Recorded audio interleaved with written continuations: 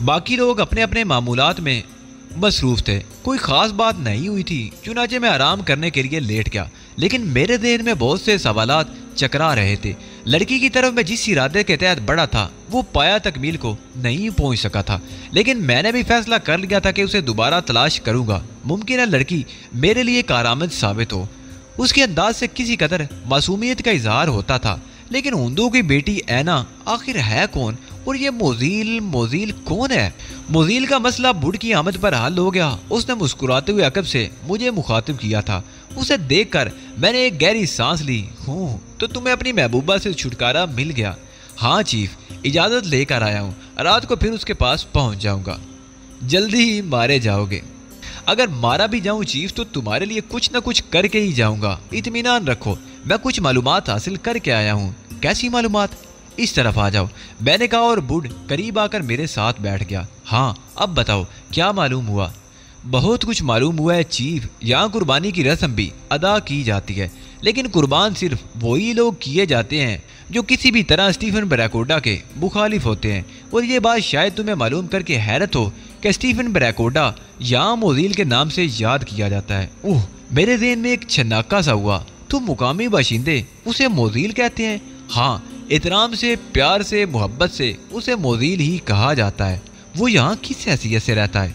एक अजीम देवता की हैसियत से, जिसकी ज़ियारत सिर्फ उस वक्त होती है जब कोई कुर्बानी देनी हो या कोई ख़ास मसला सामने आए। बुढ़ ने जवाब दिया।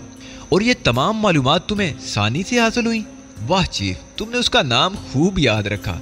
हाँ, आखिर वह तुम्हारी महबूबा थी, क्यों ना याद रखता, मैंने मुस्कुराते हुए कहा। लेकिन मोजील रहता कहाँ है? ये कोई नहीं जानता। वो पहाड़ों ही में कहीं रहता है, लेकिन कहीं भी किसी भी जगह नमूदार हो जाता है। बस यूं महसूस होता है जैसे ज़मीन ने मुंह खोला हो और मोजील उसमें से बरामद हो गया हो, गोया उसकी कोई रिहाइश गाह नहीं। मैंने कहा, क्यों नहीं होगी चीफ, लेकिन आहिस्ता आहिस्ता ही मालूम होगा। लेकिन तुम मुझे सानी के साथ वक्त गुजारने की इजाज़त दे सकता हूँ बूढ़, लेकिन ज़िंदगी गुजारने की नहीं। कमाल करते हो चीफ, ये तुमने कैसे सोच लिया कि मैं यहाँ ज़िंदगी गुजार दूंगा? बूढ़ ने हंसते हुए कहा और मैं खामोशी से उसकी सूरत देखने लगा। इसके अलावा और कुछ बूढ़? मैंने सवाल किया। नहीं चीफ, इससे ज़्यादा और कुछ नहीं मालूम हो सका, लेकिन मुझे यकीन है कि मैं रफ्ता रफ्ता बहुत कुछ मालूम कर लूँगा। मैं तुम्हारी इस रफ्ता रफ्ता का बहुत अच्छी तरह जानता हूँ, मैंने कहा, और फिर हमारी गुफ्तगू का सिलसिला मुनक़ते हो गया। मैं प्रोफेसर जोनाथन के बारे में सोचने लगा था, जो बूढ़ की तरह गायब हो गया था।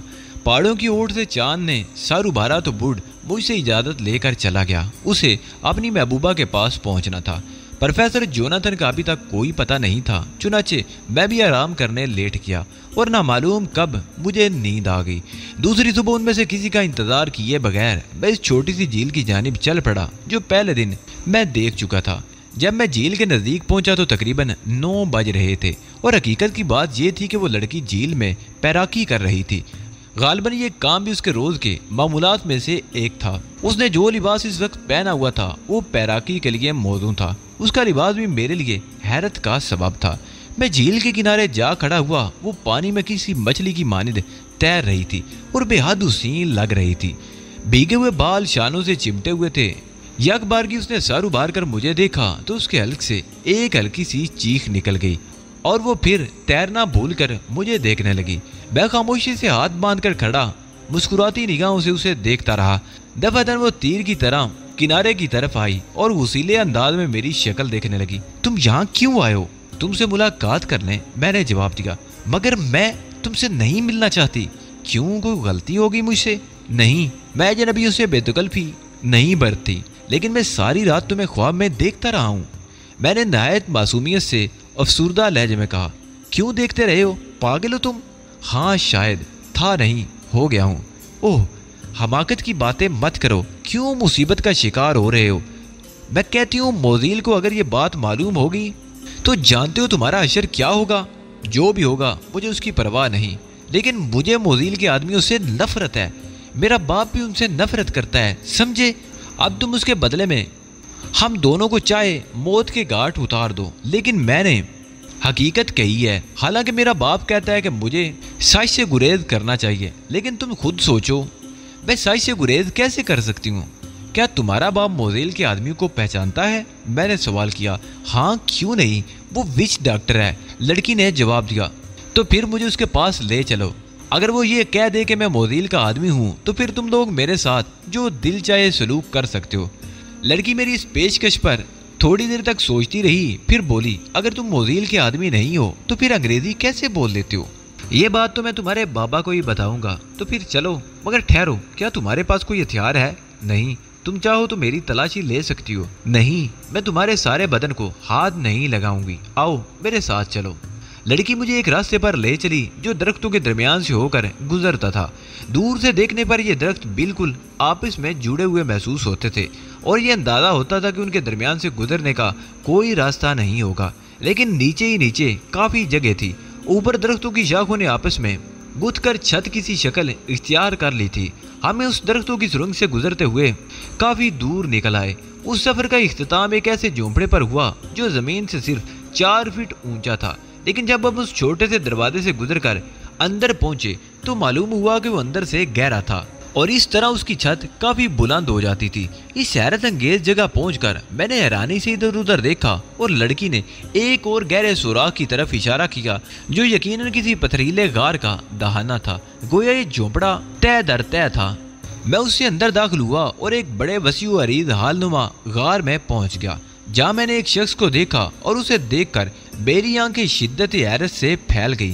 حالانکہ لڑکی نے کہا تھا کہ اس کا باپ وچ ڈاکٹر ہے، لیکن مجھے اس بات کی امید نہیں تھی کہ میں دوبارہ اس شخص کو دیکھوں گا جسے میں بستی میں دیکھ چکا تھا، یعنی وہ جو گلے میں سانپ ڈالے ہوئے تھا اور جس نے ایک بوڑھی عورت کے بچے کو ٹھوکر مار کر زندگی بخشی تھی۔ وچ ڈاکٹر نے تیز نگاہوں سے مجھے دیکھا اور پھر لڑکی کی طرف دیکھنے لگا۔ پھر اس نے انگریزی زبان میں پوچھا، کیا بات ہے نا، تم اسے یہاں کیوں لائی ہو؟ تم اس کے سامنے انگریزی بول رہے ہو بابا، جبکہ یہ خود بھی انگریزی زبان سے اچھی طرح واقف ہے۔ بوڑھا چونک کر مجھے دیکھنے لگا، پھر وہ آہستہ آہستہ میرے قریب پہنچ گیا۔ اس نے میرے چہرے پر ہاتھ پھیرا اور چند لمحات اسی طرح مجھے ٹٹولتا رہا جیسے اندھا ہو۔ اس کے بعد وہ پیچھے ہٹ گیا اور حیرانگی کے انداز میں بولا، کون ہو تم؟ اینا کو میں اپنا نام بتا چکا ہوں، میرا نام ایلی ہے، لیکن اس سے پہلے تو تمہیں بونیکا میں نہیں دیکھا گیا۔ ہاں، اس سے پہلے مجھے بونیکا میں نہیں دیکھا گیا، میں نے جواب دیا۔ کون ہو؟ اپنے بارے میں تفصیل بتاؤ ورنہ مصیبت کا شکار ہو جاؤ گے۔ اینا نے مجھ سے کہا ہے مسٹر ہندو کہ تم موزیل سے نفرت کرتے ہو، میں نے کہا، اور اینا خوفزدہ ہو کر دیوار سے جا لگی۔ بوڑھا اینا کو گھورنے لگا تھا، پھر اس نے میری طرف دیکھتے ہوئے کہا، یہ بے وقوف ہے، اپنے جذبات کا اظہار سر عام کر دیتی ہے، لیکن نوجوان دوست، ہم سب تو موزیل کے غلام ہیں۔ اگر یہ لڑکی اپنی معصومیت میں ایسی احمقانہ بات کرتی ہے تو بھلا اس کی کیا حیثیت ہے یا کیا اہمیت ہو سکتی ہے؟ کاش اس بات میں حقیقت ہوتی۔ کیا مطلب؟ کاش تم موزیل کے دشمن ہوتے، تو پھر اس سے کیا ہوتا؟ میرے اور تمہارے درمیان اشتراک ہو جاتا اور ہم دونوں مل کر وہ کام کرتے جو بونیکا کے باشندوں نے کبھی سوچا بھی نہیں ہوگا۔ اگر تم موزیل کے آدمی نہیں ہو تو مجھے اپنی اصلیت بتاؤ، تم کون ہو اور کہاں سے تعلق رکھتے ہو، اور اس کے بعد تم مجھے قتل کر دو۔ کیوں؟ نہیں، ایسا نہیں ہوگا۔ بوڑھے کے لہجے میں ایک عجیب سی سختی تھی۔ میں دلچسپی سے اسے دیکھنے لگا، پھر میں نے کہا، پہلے میرے سوالات کا جواب دو مسٹر ہندو، اس کے بعد میں تمہارے ہر سوال کا جواب دے دوں گا۔ دیکھو، اگر تم یہ سمجھتے ہو کہ دھوکے سے مجھ سے گفتگو کر کے یہاں سے نکل جاؤ گے تو یہ ممکن نہیں ہوگا۔ میں جانتا ہوں کہ تم یہاں تنہا ہو اور موزیل کو کبھی پتہ نہیں چل سکے گا کہ اس جھونپڑے میں کسی کا قتل ہوا اور اسے دفن کر دیا گیا۔ یہ سانپ دیکھ رہے ہو؟ بوڑھے نے کہا اور دفعتاً سانپ کو اپنے بدن سے کھول کر نیچے پھینک دیا۔ میں چونک پڑا تھا، میں نے جلدی سے سانپ کی زد سے بچنے کے لیے اپنی جگہ چھوڑ دی، لیکن سانپ میری طرف آنے کی بجائے دروازے کی جانب چل پڑا تھا اور پھر دروازے پر پہنچ کر اس طرح پھنکار کر کھڑا ہو گیا کہ جیسے اب کسی کو دروازے سے گزرنے نہیں دے گا۔ بوڑھے کے ہونٹوں پر مسکراہٹ پھیل گئی۔ یہ تمہیں یہاں سے جانے سے روکے گا اور تمہاری کسی بھی غلط حرکت پر میری مدد کرے گا۔ مسٹر ہندو، آپ یقین کریں میں موزیل کا آدمی نہیں، تو پھر کون ہو؟ اگر میں آپ کو یہ بتاؤں کہ میں اس کے دشمنوں میں سے ہوں تو؟ میں نے سوال کیا۔ موزیل کے آدمیوں میں سے کسی کو یہ کہنے کی جرت نہیں ہوتی۔ تم جانتے ہو یہ کہنے والے کا کیا انجام ہو سکتا ہے؟ میں کچھ نہیں جانتا، اس لیے کہ میں بونیکا میں اجنبی ہوں۔ بوڑھا خاموشی سے میری آنکھوں میں دیکھتا رہا اور تقریباً 2 یا 3 منٹ اسی طرح گزر گئے उसने एक बार भी पलकें नहीं झपकाई थी और मेरी आंखें भी ना जाने क्यों उसकी आंखों से जा मिली थी। थोड़ी देर के बाद उसके होंठों पर मुस्कुराहट फैल गई और उसने ताज्जुब के अंदाज में कहा, अगर तुम मोजील के आदमी नहीं हो तो फिर कौन हो? बैठो, आओ जरा मुतमईन होकर बैठ जाओ, ये सांप तुम्हारा कुछ नहीं बिगाड़ेगा। और ये बात भी सुन लो कि तुम जो कोई भी हो, मैं तुम्हें जिंदगी की जमानत देता हूँ और मैं झूठा इंसान नहीं हूँ। अपने बारे में बताने से पहले मैं तुमसे चंद सवालात जरूर करूँगा। चलो पूछो जिद्दी आदमी, क्या पूछना चाहते हो? तुम कौन हो? विच डॉक्टर हूँ, बोनी काका। वो तो हो, लेकिन ऐना मुकामी लड़की नहीं है। हाँ, ये अपनी माँ की बेटी है। क्या मतलब हुआ तुम्हारी इस बात का? मैंने हैरत से पूछा। सुनो नौजवान, अगर सुनना ही चाहते हो तो तफसील से सुनो। मेरा नाम होंदू ही है। बचपन में अफ्रीका के किसी कबीले में रहता था। कहाँ मुझे याद नहीं। अगवा कर लिया गया और गुलामों के सफ़ेद फार्म सौदागर मुझे यहाँ से ले गए। उसके बाद मैं मुख्तलिफ हाथों में परवरिश पाता रहा। जवान हुआ तो एक नेक और मेहरबान आदमी के घर में था, जिसने मरते हुए मुझे उस घर की जिम्मेदारी सौंपी थी। मैं बहुस्नो खूबी अपनी तमाम तर जिम्मेदारियां पूरी करता रहा, लेकिन ऐना की माँ कैथराइन मुझसे मोहब्बत करने लगी थी। वो एक हुसीन लड़की थी, जबकि मैं अफ्रीका की रवायती शक्लो सूरत का मालिक था। लेकिन वो मुझसे इस तरह मुतासिर हुई थी कि खुद ही मेरे सामने इजहार मोहब्बत कर बैठी। उसने रो रो कर मुझसे कहा कि अगर मैंने उसे अपनी ज़िंदगी में शामिल नहीं किया तो वो खुदकशी कर लेगी। मुझ पर उस शख्स के बड़े एहसानात थे और फिर कैथराइन भी बहुत अच्छी लड़की थी। चुनाचे मैंने उससे शादी कर ली और ईसाई मजहब कबूल कर लिया। हमारी ज़िंदगी बड़े सुकून से गुजर रही थी। फिर ऐना पैदा हो गई। इसकी पैदाइश के कुछ अरसे बाद मैं एक ऐसे शख्स के जाल में फंस गया जो बेहद खतरनाक था। उस शख्स का नाम स्टीफन ब्रैकोडा था, एक जराइम पेशा जो आहिस्ता आहिस्ता बहुत बड़ा जराइम पेशा बन गया। उसने इस तरह मेरे साथ मेहरबानियां की कि मैं अजीबो गरीब हालात का शिकार होकर रह गया। ब्रैकोडा ने मुझे एक मखसूस शोबे से मुतारिफ कराया। वो खुद एक बहुत बड़ा डॉक्टर और कीमिया दां है, जड़ी बूटियों से तरह तरह के इलाज करता है। उसने ये शोबा मेरे सुपुर्द कर दिया और मैं उसके साथ काम करने लगा। वो तो अजीब व गरीब इंसान था। जड़ी बूटियों की मदद से वो मुनशियात कशीदा करता था और मुनशियात का ये कारोबार अजीम पैमाने पर फैला रहा था। लेकिन उसके साथ ही कत्लो गारत गरी और दहशत गर्दी भी उसका पेशा था। मैं बहर तौर उसके साथ मुंसलिक रहा और गर्दन तक जराइम की उस दलदल में गर्क हो गया। इसी दौरान कैथराइन मुझसे जुदा हो गई, उसका इंतकाल हो गया। मुझ पर ऐना की परवरिश की जिम्मेदारी भी आ पड़ी थी। फिर स्टीफन ब्रैकोडा के साथ मुझे भी अफ्रीका के उस हिस्से में आना पड़ा। मैं उसके लिए हर वो काम करता था जिसका वो ख्वाहिशमंद होता था। चुनाचे यहाँ आकर उसने मुझे विच डॉक्टर बना दिया। अफ्रीकी जबान में अच्छी तरह जानता था, चुनाचे मैं उन लोगों में घुल मिल गया और अब तवील अरसे से मैं यहाँ विच डॉक्टर की हैसियत से रह रहा हूँ। लेकिन मेरा दिल उससे नहीं मिलता। मैं कैदी हूँ, एक बेबस कैदी जिसे ब्रैकोडा की मर्जी पर चलना होता है, और अगर मैं उसकी मर्जी पर ना चलूँ तो मेरी बेटी ऐना को मुझसे जुदा कर दिया जाएगा। इसकी धमकियाँ स्टीफन ब्रैकोडा कई बार मुझे दे चुका है।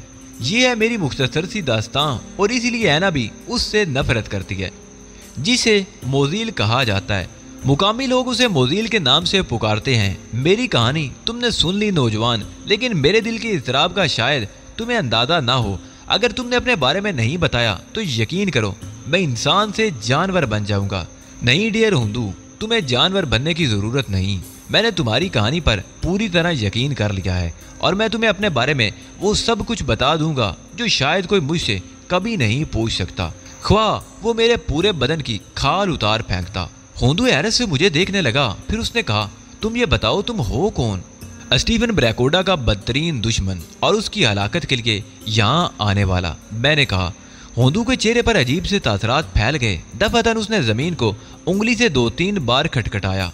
मैं उसका मतलब नहीं समझ सका था, लेकिन फिर फौरन ही मेरी समझ में सब कुछ आ गया।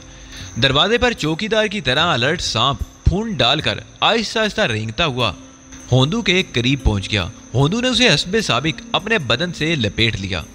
जो कुछ तुमने कहा है वो इंतहाई हैरत अंगेज और खौफनाक है, न सिर्फ तुम्हारे लिए बल्कि मेरे लिए भी इंतहाई खौफनाक। चंद लम्हे कुछ सोचने के बाद होंदू ने कहा, मैं जानता हूँ मैंने बेखौफी से कहा। मैंने जो कुछ कहा है खूब सोच समझ कर कहा है। क्या नाम बताया तुमने अपना? डियर एली, मैंने मुख्तसरन कहा। तो डियर एली, तुम स्टीफन ब्रैकोडा के दुश्मन क्यों हो? तफसीली बताना मकसूद है तो फिर तुमसे बात क्यों छुपाई जाए? लाइन ऑफ क्रोजल का नाम सुना है? तो तुम्हारा ताल्लुक लाइन ऑफ क्रोजल से है? हाँ, मैं अरबों के मफाद में लाइन ऑफ क्रोजल ही के सिलसिले में काम कर रहा हूँ, और ये बात हमारे इल्म में आ चुकी है कि स्टीफन ब्रैकोटा लाइन ऑफ क्रोजल पर हमले के लिए कबीलों को जमा कर रहा है। हमें उसकी साजिश को नाकाम बनाने के लिए मखसूस किया गया है। हमें से तुम्हारी क्या मुराद है? हमें से मेरी मुराद तकरीबन 90 अफराद से है जो यहाँ मुसल्ला मौजूद हैं। ओह, वो किस तरह? होंदू ने सवाल किया और मैं होंदू को तफसीलात बताने लगा।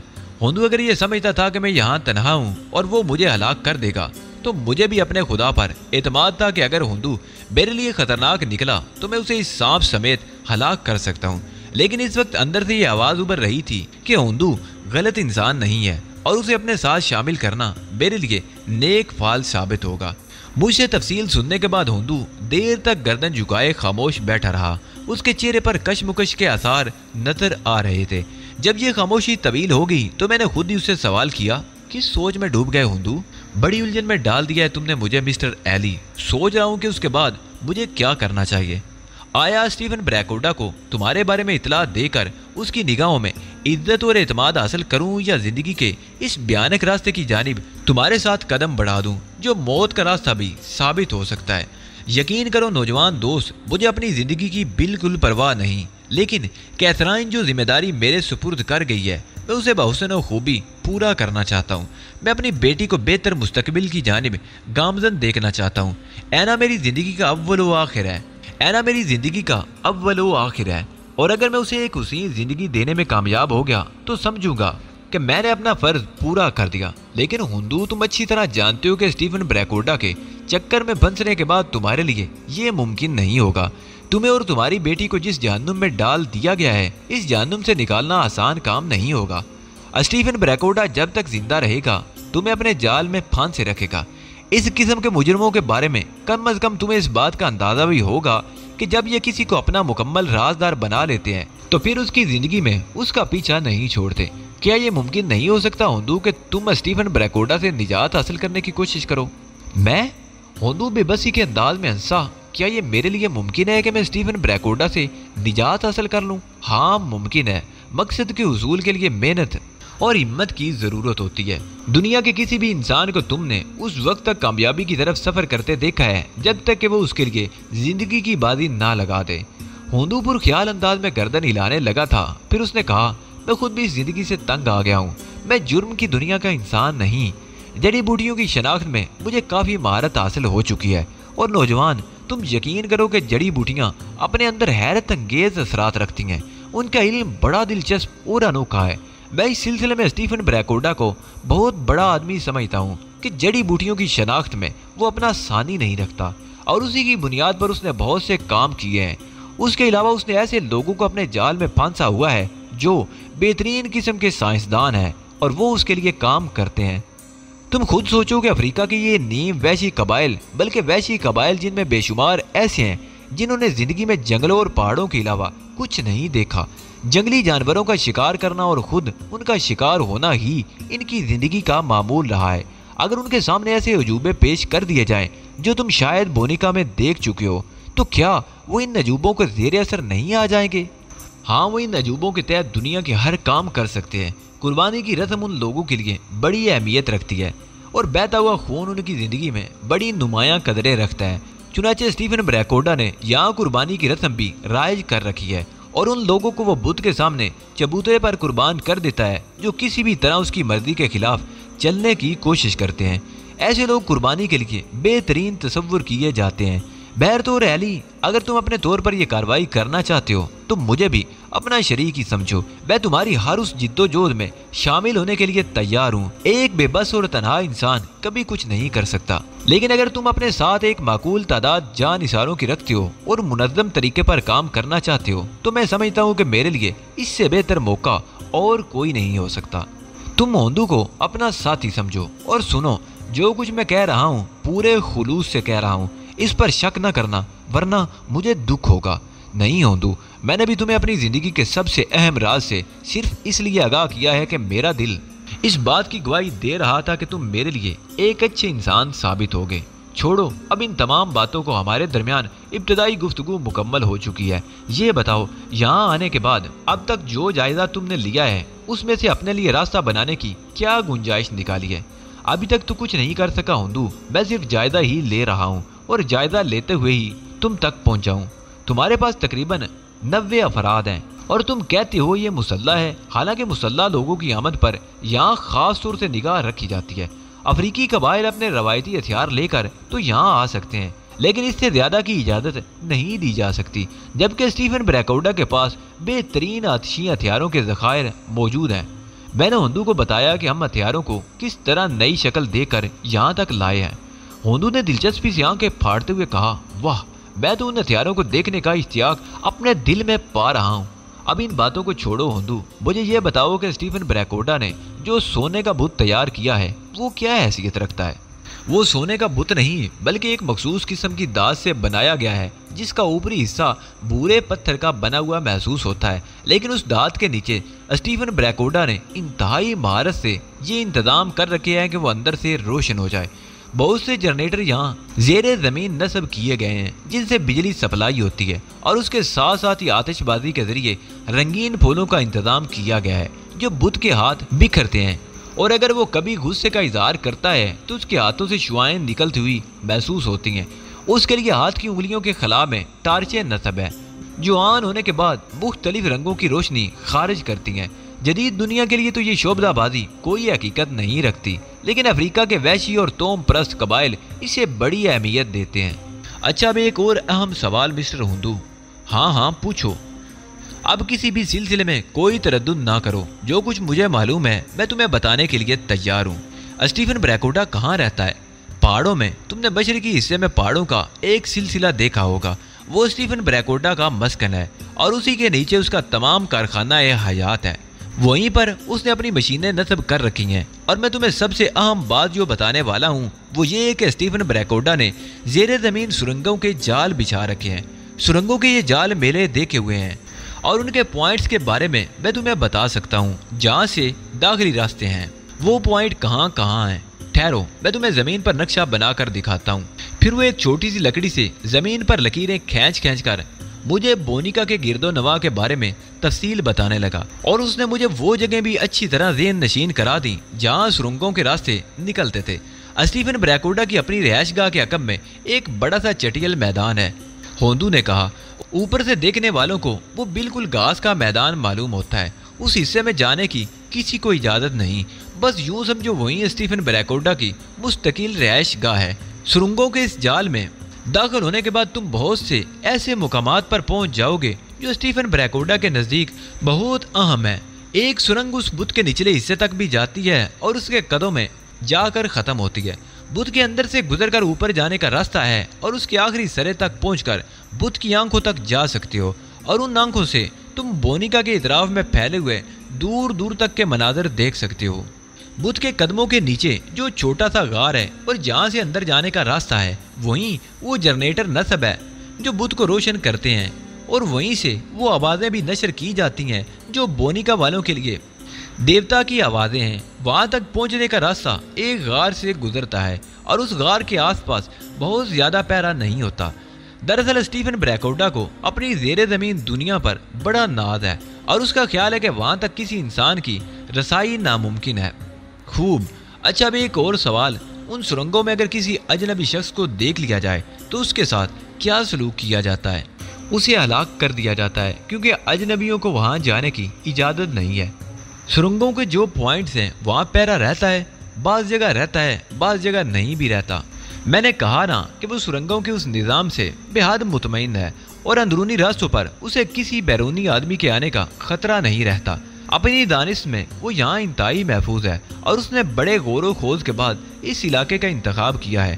مقامی قبیلے کا سردار ایک بے ضرر سا آدمی ہے، اور وہ اسٹیفن بریکوڈا کا ممنون ہے، جس کی بنا پر وہ کبھی اس کے خلاف قدم نہیں اٹھا سکتا، اور پھر یہاں ہر کسی کے آنے جانے پر نگاہ رکھی جاتی ہے۔ اس طرح بیرونی راستوں پر بھی پوری طرح توجہ مبذول ہے۔ تم یہاں اکیلے وچ ڈاکٹر ہو ہندو؟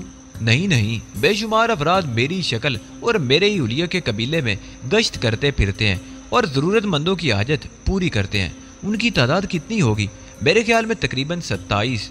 اچھا، کیا وچ ڈاکٹر اگر سرنگوں میں داخل ہو جائیں تو اس پر کوئی پابندی ہوتی ہے؟ نہیں ہوتی۔ یہ وہ بات تھی جو میں تمہیں بتانے ہی والا تھا۔ اگر تم وچ ڈاکٹر کی حیثیت سے آوارہ گردی کرتے ہوئے کسی سرنگ کی جانب نکل جاؤ اور اس میں داخل ہو جاؤ تو تمہیں بہت زیادہ خطرہ پیش نہیں آ سکتا۔ دراصل وچ ڈاکٹر کو پورے غور و خوض اور چھان بین کے بعد منتخب کیا جاتا ہے اور انہیں نہایت قابل اعتماد سمجھا جاتا ہے۔ وچ ڈاکٹر کا حلیہ یہی ہوتا ہے جو تمہارا ہے؟ میں نے سوال کیا۔ ہاں، ان کے لیے یہی حلیہ ضروری ہے، لیکن تم اس کے لیے فکر مند نہ ہو۔ اگر تم وچ ڈاکٹر کا بیس بھرنا چاہتے ہو تو میں تمہاری مدد کر سکتا ہوں۔ وہ کیسے؟ میں نے پوچھا۔ مردہ سانپ میرے پاس موجود ہے، ایک ایسا سانپ جو دیکھنے میں بالکل اصلی معلوم ہو، لیکن در حقیقت اس کی کھال کے اندر سبز گھاس کی پتیاں بھر دی گئی ہیں اور وہ اصل سانپ محسوس ہوتا ہے۔ تم چاہو تو ذرا سی کوشش سے اسے جنبش بھی دے سکتے ہو کہ دوسروں کو اس کے بارے میں شبہ نہ ہو۔ کیا یہ کارروائی تم نے کسی خاص خیال کے تحت کی تھی؟ نہیں، ہرگز نہیں، بس یہ میرا شوق تھا جو اس وقت میرے لیے کارآمد ثابت ہوا۔ میں تمہیں مکمل طور پر وچ ڈاکٹر بنا دوں گا، لیکن 28ویں وچ ڈاکٹر کی موجودگی ذرا تشویشناک ہو سکتی ہے۔ اس کے لیے تم فکر مت کرو ہوندو۔ اگر تم میرے یہ کام کر سکتے ہو تو میں تم سے درخواست کروں گا کہ اولین فرصت میں یہ کام کرو۔ میں حاضر ہوں، ہوندو نے جواب دیا۔ میرے ذہن میں بہت سے خدشات سر ابھارنے لگے تھے۔ پوری طرح غور کرنے کے بعد میں نے ہوندو سے کہا کہ اگر وہ مجھے ایک دن کی اجازت دے دے تو میں اپنے ساتھیوں میں واپس جا کر انہیں اپنی طرف سے ہوشیار کر دوں۔ کوئی عرض نہیں، واپس تمہیں اسی جگہ آنا ہے۔ ذرا خیال رکھنا کہ یہاں آتے ہوئے کسی کی نظر میں نہ ہو، ہوندو نے کہا۔ ٹھیک ہے ہوندو، میں تمہاری اس مہربانی کا تہ دل سے شکر گزار ہوں۔ اب میں چلتا ہوں، اینا تمہیں تمہارے قبیلے تک چھوڑ آئے گی، ہوندو نے کہا اور اینا کو اشارہ کر دیا۔ واپسی میں اینا مسکرا رہی تھی۔ اس نے دلچسپ انداز میں کہا، تم تو بہت تیز نکلے مسٹر ایلی، تم نے تو میرے باپ ہی کو قبضے میں لے لیا۔ اینا، تمہارا شکریہ ادا کرنے کے لیے میرے پاس الفاظ نہیں ہیں، میں اس کی کوئی خاص ضرورت بھی محسوس نہیں کرتی، اینا نے مجھے دیکھتے ہوئے عجیب سے انداز میں کہا۔ تھوڑی دیر کے سفر کے بعد ہم اس جگہ پہنچ گئے جہاں سے میرا پڑاؤ قریب تھا۔ باقی راستہ ہم نے خاموشی سے ہی طے کیا تھا۔ وہ سامنے تمہارا قبیلہ ہے، اینا نے ایک سمت اشارہ کرتے ہوئے کہا۔ اب میں واپس چلتی ہوں۔ اینا واپس چلی گئی اور میں اس کے انداز پر ہنستا ہوا اپنے قبیلے کی جانب چل پڑا۔ قبیلے میں واپس آیا تو نہ بوڈ سے ملاقات ہوئی اور نہ ہی پروفیسر جوناتھن سے۔ میگنو اور میرے تمام دوسرے ساتھی اپنے مشاغل میں مصروف تھے۔ میں نے بوڈ اور جوناتھن کے بارے میں معلوم کیا، لیکن جب یہ پتہ چلا کہ جوناتھن تو شروع ہی سے غائب ہے، بوڈ ایک بار آیا تھا اور پھر چلا گیا، تو میں نے ایک گہری سانس لے کر کہا کہ ان دونوں کو ان کے حال پر چھوڑ دیا جائے۔ اس کے بعد میں تمام افراد کو بٹھا کر اپنے مشن کی تفصیلات بتانے لگا، لیکن صرف اس حد تک جس حد تک انہیں بتانا ضروری تھا۔ میں نے انہیں ہدایت کی کہ اگر میں کچھ عرصے کے لیے غائب ہو جاؤں تو اپنے طور پر نظم و ضبط برقرار رکھیں اور کسی قسم کی بدنظمی و ابتری کا مظاہرہ نہ کریں۔ پلان اور دوسرے لوگوں کو یہ تمام ہدایت دینے کے بعد میں وہاں سے چل پڑا۔ جس کام کی تکمیل کا میں نے بیڑا اٹھایا تھا اس کے لیے اب زیادہ دیر نہیں کرنا چاہتا تھا۔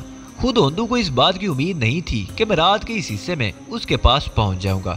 جب میں اس کے سامنے پہنچا تو اس نے تحسین امیز نگاہوں سے مجھے دیکھتے ہوئے کہا، تمہاری بے چینی بتاتی ہے کہ تم اپنے مقصد کی تکمیل ضرور کر لو گے۔ میں بھی اب اس زندگی سے اکتا گیا ہوں اور تمہاری بھرپور مدد کرنے کو تیار ہوں۔ آؤ پھر آج ہی رات میں تمہیں بونیکا کا وچ ڈاکٹر بنا دوں۔ میں نے ہوندو کا شکریہ ادا کیا۔ اینا اس وقت کہیں اور تھی اور اس لیے اس سے ملاقات نہیں ہوئی۔